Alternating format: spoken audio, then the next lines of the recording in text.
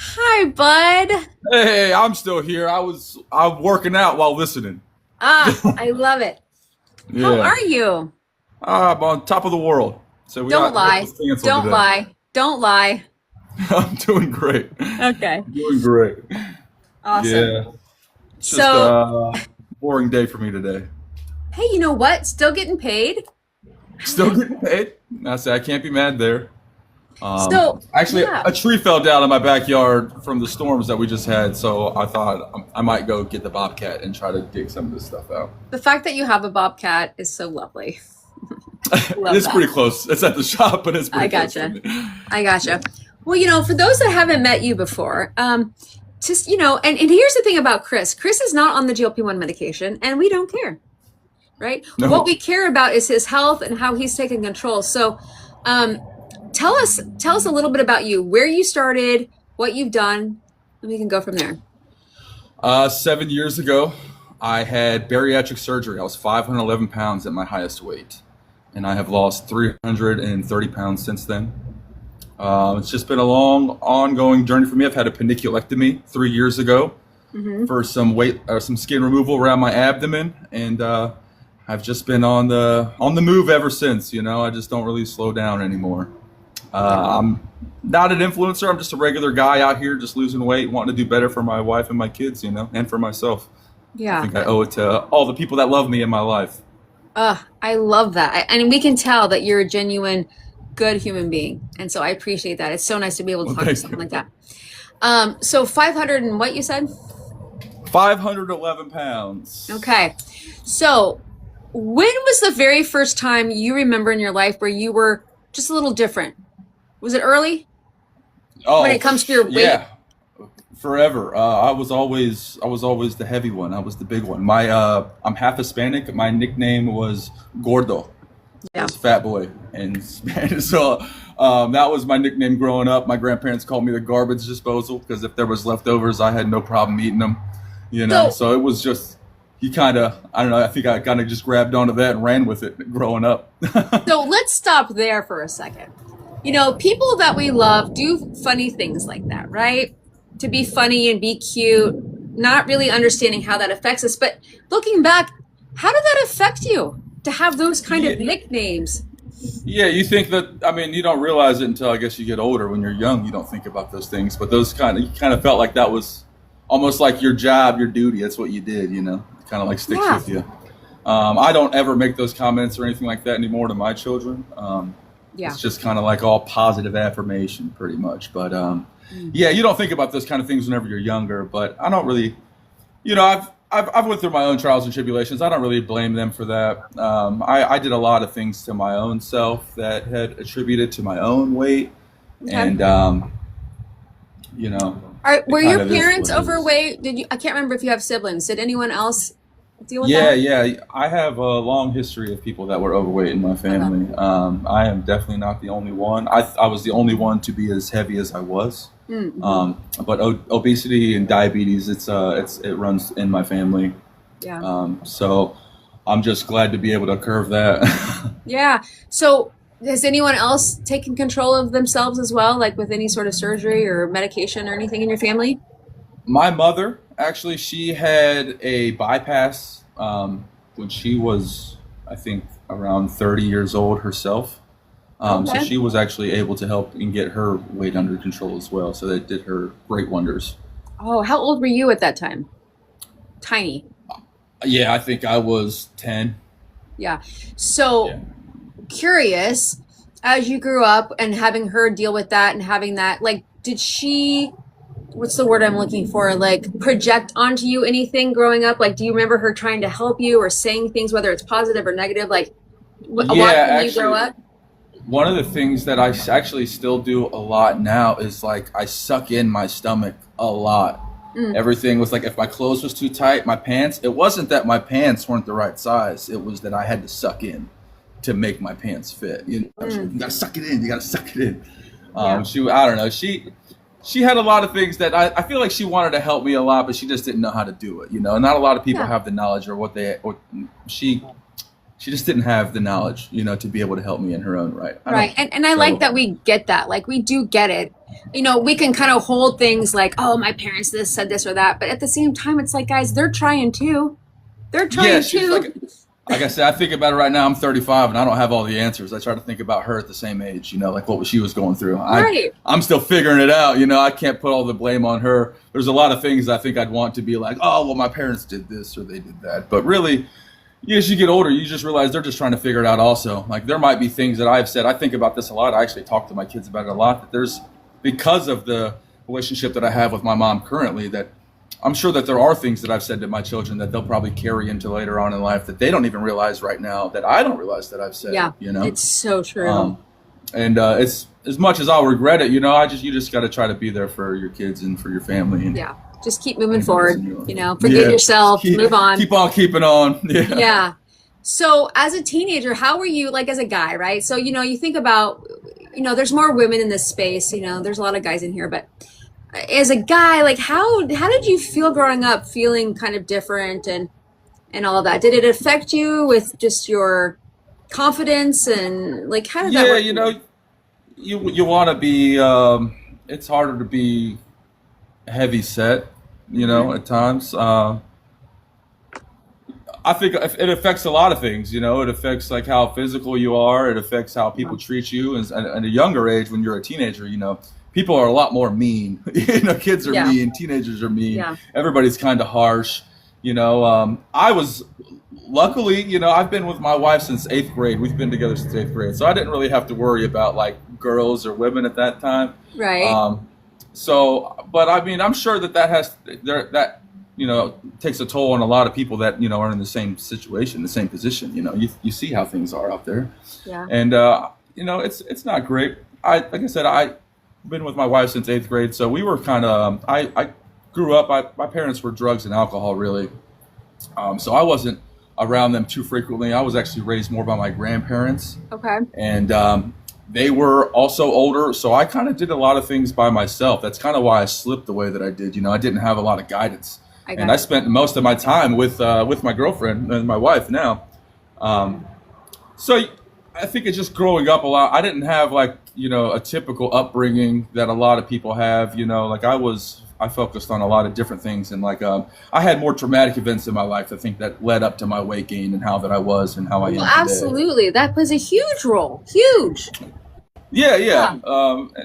so I don't really talk about those things. I just kind of, I think I've done really well for myself. I'm very proud of how far that we've come and what we've worked for. And I think social media for me when I first got on TikTok was just like my own kind of like exposure therapy type of thing. I don't have a lot of pictures. So most of my pictures you see of me heavyweight, they're all the same. Yeah. I didn't want to be in front of a Same. camera. I didn't want to be in front of a video. I didn't want any of that. I have like 5 that I just found a couple of photos in the house we were going through the other day that were me. I was pretty big, but yeah, I don't have a lot of stuff like that. I kind of stayed away. I didn't want to be seen. I still actually currently don't like to be seen too often. That's why it's hard for me to get up on the live. I had to work up a lot of courage. You said, "You're still in here?" I was like, "Yeah." When you asked me, I just went back to working out. I was like, it's easier for me to go ahead and start picking up some weights than it is to try to get on the live.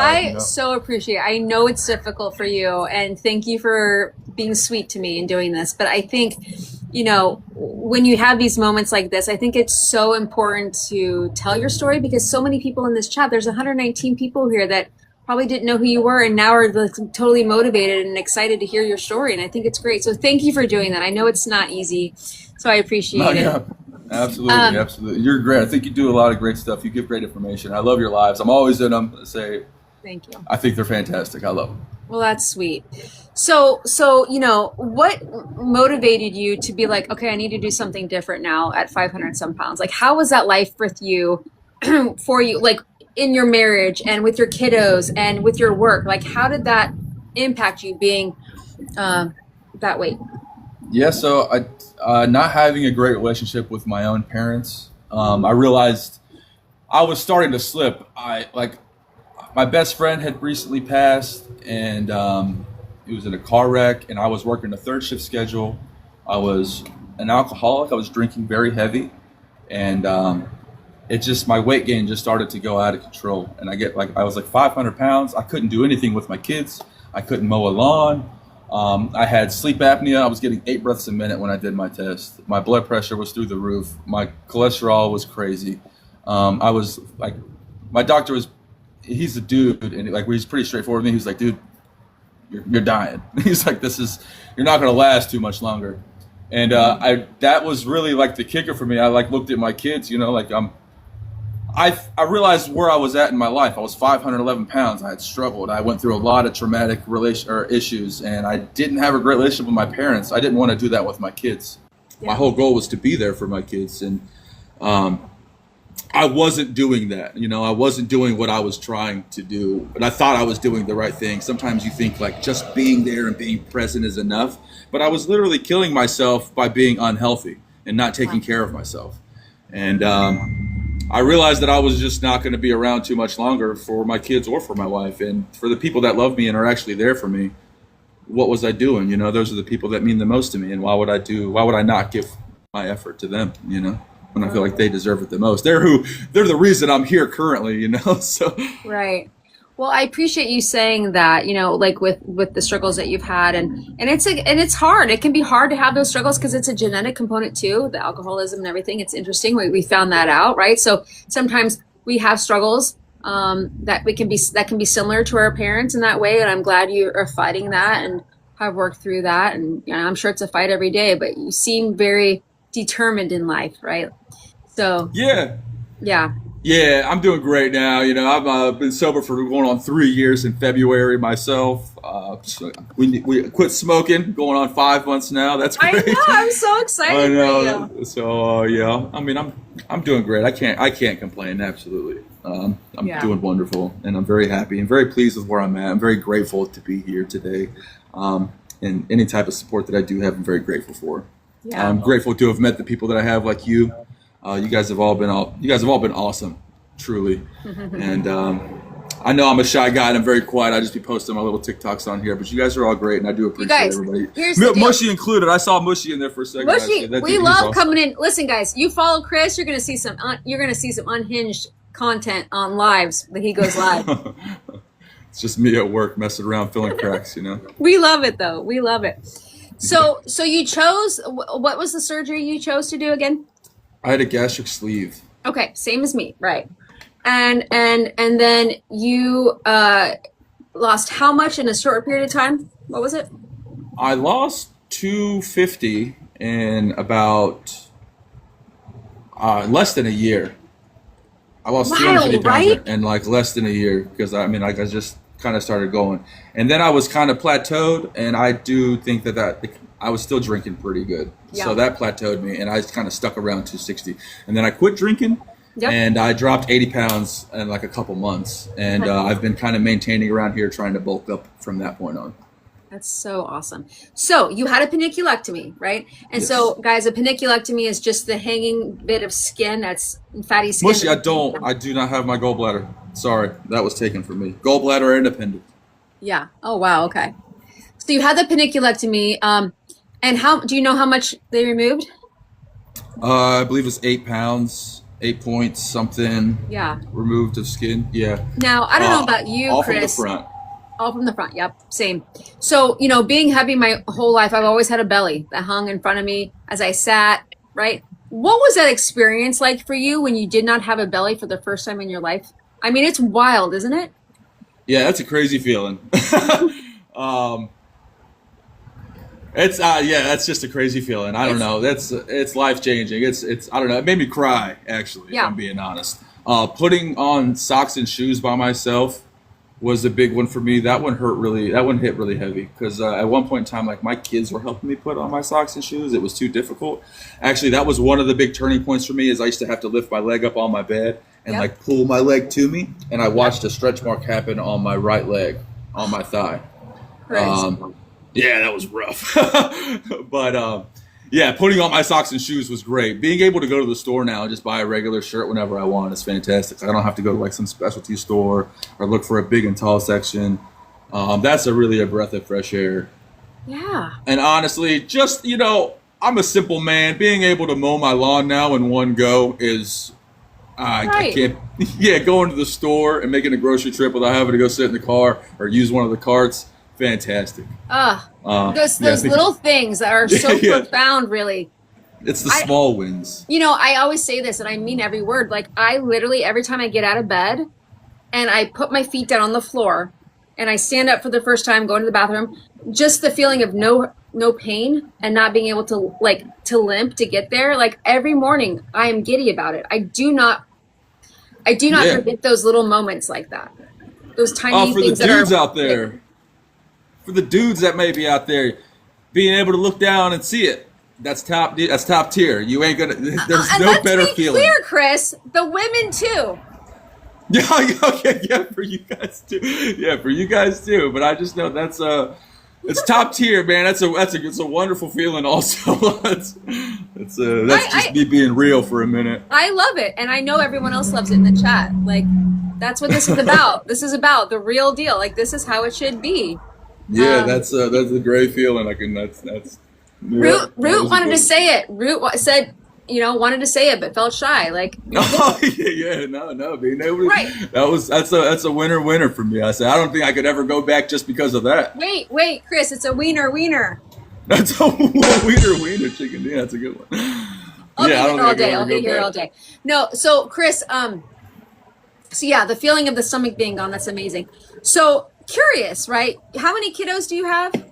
Two, All right. two wonderful children. Now, what do you do, right? How you live your life, right? By your example and the things that you say, like what advice or what do you give your kids now? Like just in general, I'm sure if you can see that they might have some weight struggles, maybe they don't. I don't know. Like, what are your thoughts to them with them? I always like so my son watches a lot of fitness stuff now because like he sees like me doing all the stuff that I do. He likes to come work out with me, and I think that's great.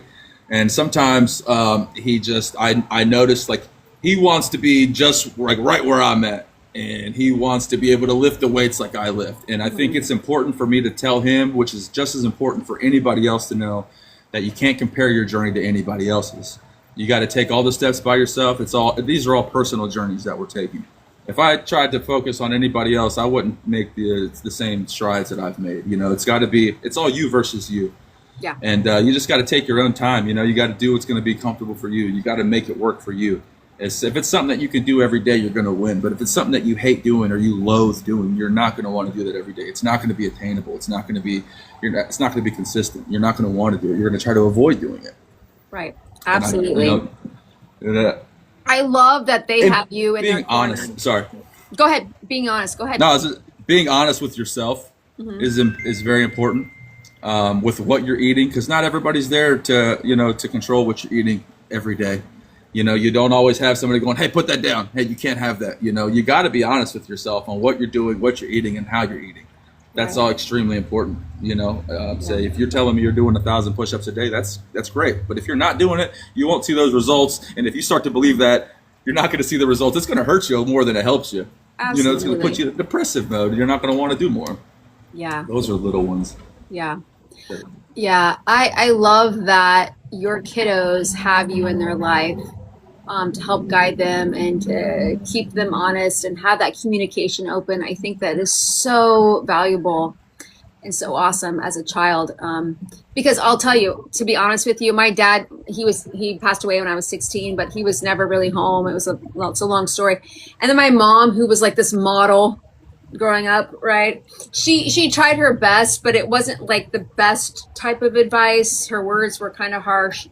And so, not that I'm saying that I am the way I am because of that, because I'm not, but I think it would have been very helpful if I have a little bit more of a understanding and that from my parents. So having that, Chris, with your kids is such a blessing for them, such a blessing for them. Yeah, I mean, and I think that they do. Like I said, it's all kind of like a person to person based. I feel like I think it's great that I have been able to do what I've done. My kids have seen it, and they've seen me from every aspect, from being, the heavy drinker that I was, to being overweight, to being sober now, and trying to keep myself in shape for them and for myself, honestly. And I've watched like the attitude in like my own kids change, just like through school. My daughter, she's in a heavy operating program for school. Okay. She is at the top of her class there. She does great. She's on their website. Like she's doing fantastic. She loves when she comes home from school, she wants to tell me about her day. She's more involved. Like, we have a great relationship. And like I said, I was on the news for the little fitness competition that I was in, and like so they got to see all that. That was really cool. All the kids at school saw it, and all the teachers, and so like they were saying things about it. And my kids were really pleased and happy about that. It made them feel real proud.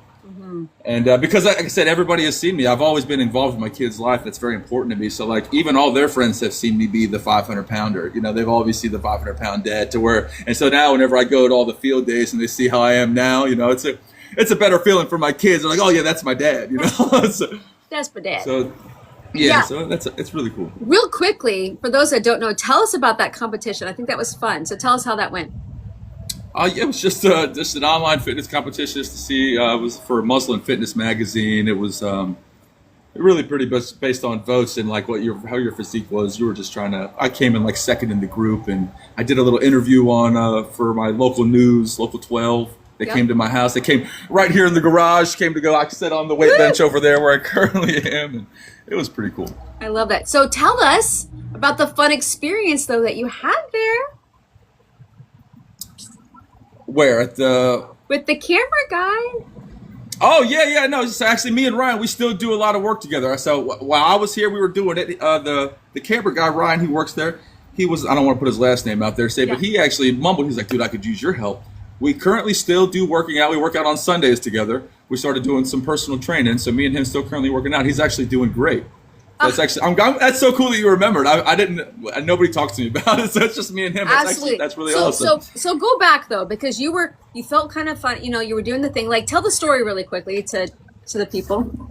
Oh yeah. So we were just doing like the interview and what it was. I was already kind of nervous I'm looking down currently as I am right now. I have a hard time looking ahead at the screen. So I was like looking down, just talking about my stuff. And then as we're moving around and stuff, he like kind of mumbled. He said, man, I could really use your help. And I just stopped what I was doing. I gave him my number. We exchanged numbers, and we got to work that weekend.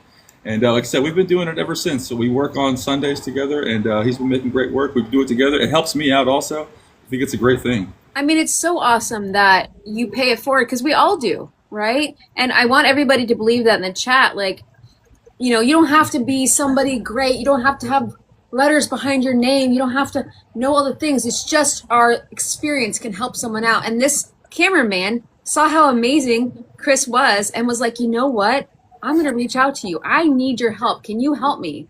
And look what you're doing with him. That's so incredibly awesome.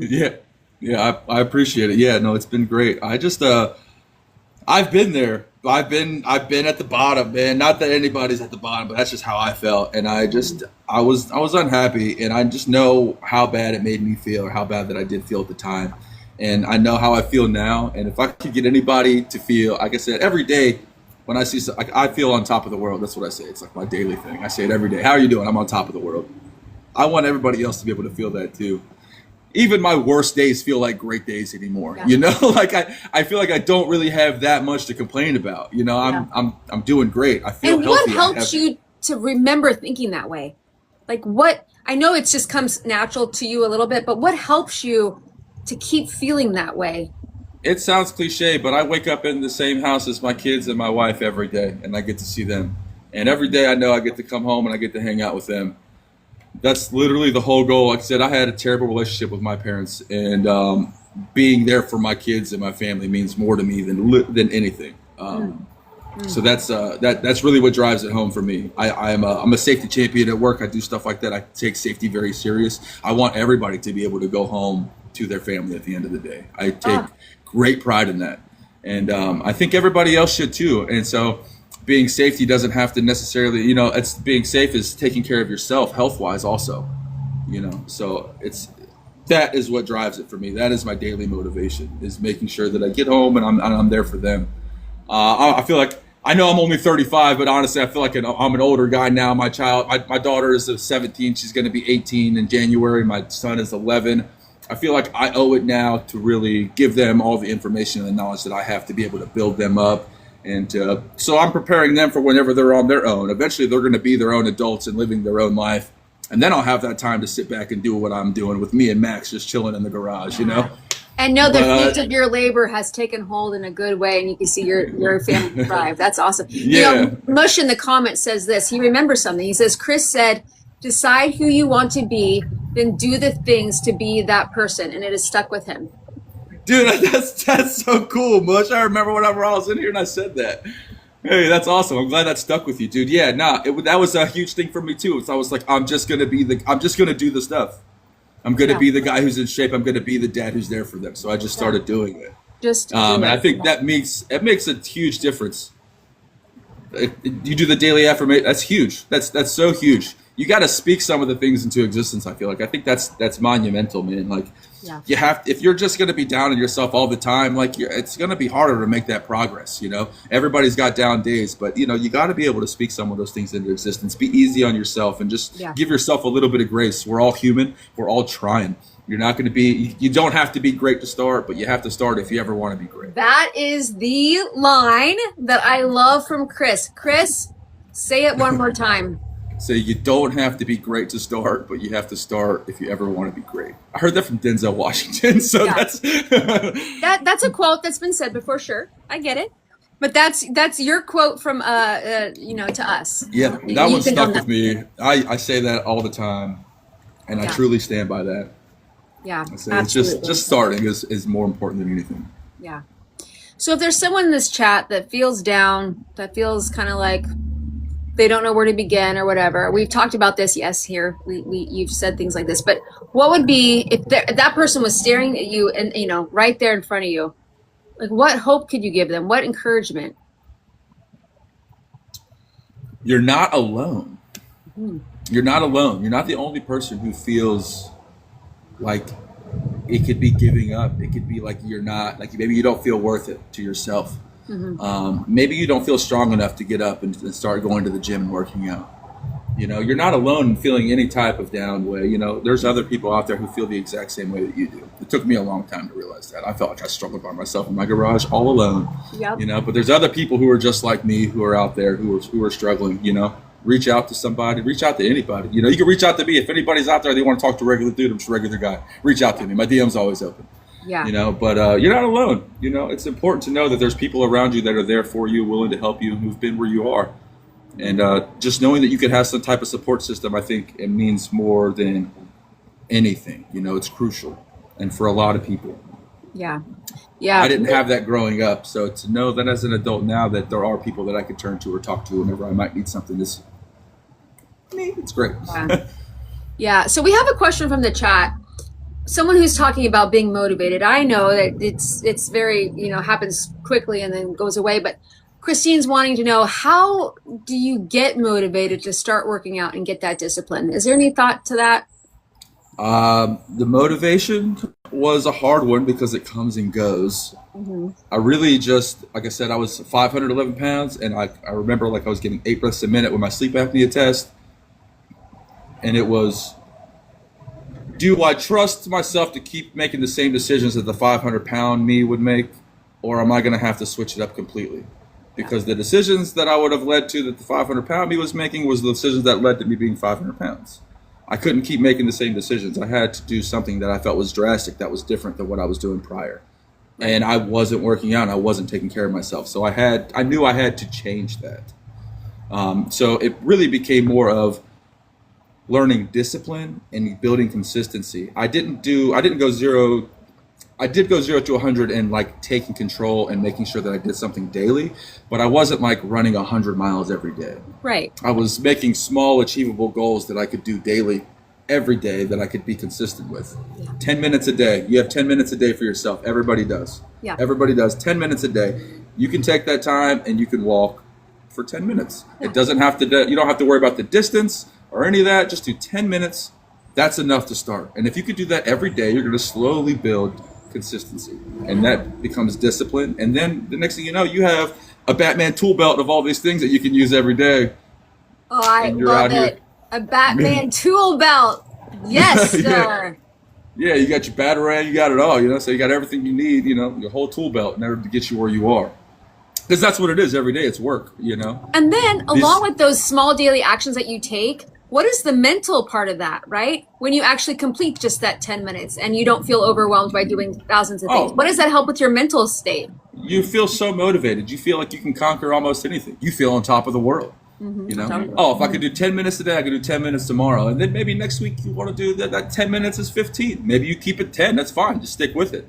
You Yeah. know, walking is the best low impact cardio you can do on a daily basis. And I do plenty of it. I still do that daily to this day and make it easy because I have my dog. So me and him are able to walk around and he pulls me around. But yeah, daily walking is something that's easy. We can all do. And for some of the people out there, which I understand, sometimes walking can be a real struggle. An easy thing for me that really did help with my knees and some of my hips was during watching TV during the breaks, I would stand up off the couch. Literally just stand up off the couch, Yeah. sit back down. I would do that Yes. a couple times. Just something just to get myself moving. Yes. You know, being still, I knew that wasn't going to help me. And I knew I wasn't going to be running around every single day at the start.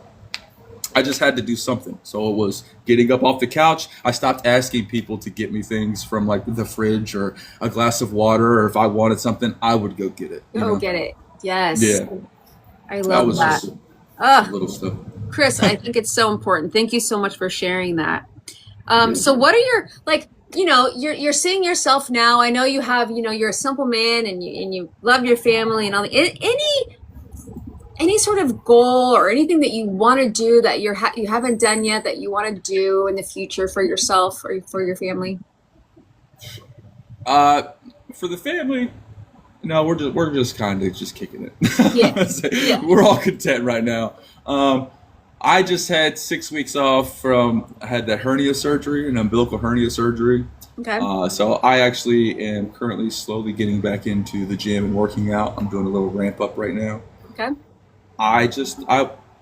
It's been in my head to do some kind of like bodybuilding competition just for shits and giggles, just to Yeah. be able to do it.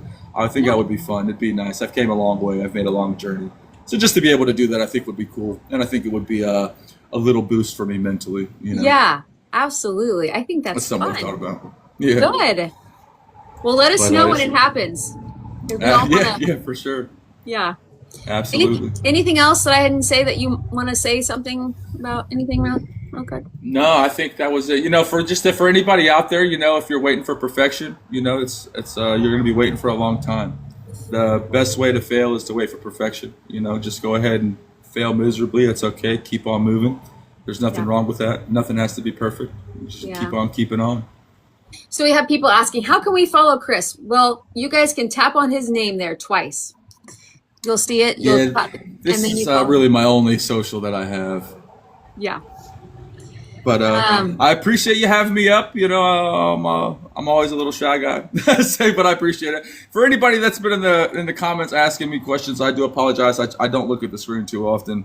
I always keep my eyes down. I always keep my eyes down. Yeah. But I do appreciate anybody who's had anything nice to say. You guys have been great. And AJ, once again, I always appreciate you. Thank you so much. Thank you, Chris, for sharing. I know it can be kind of nerve-wracking, but you are a light. And I just am so grateful that you came up here and shared a little bit because I know you have inspired and encouraged a lot of people in here today. So thank you. Absolutely. I appreciate you, and I'll be bouncing around in the chat. Okay. All right. You Bye-bye. guys have a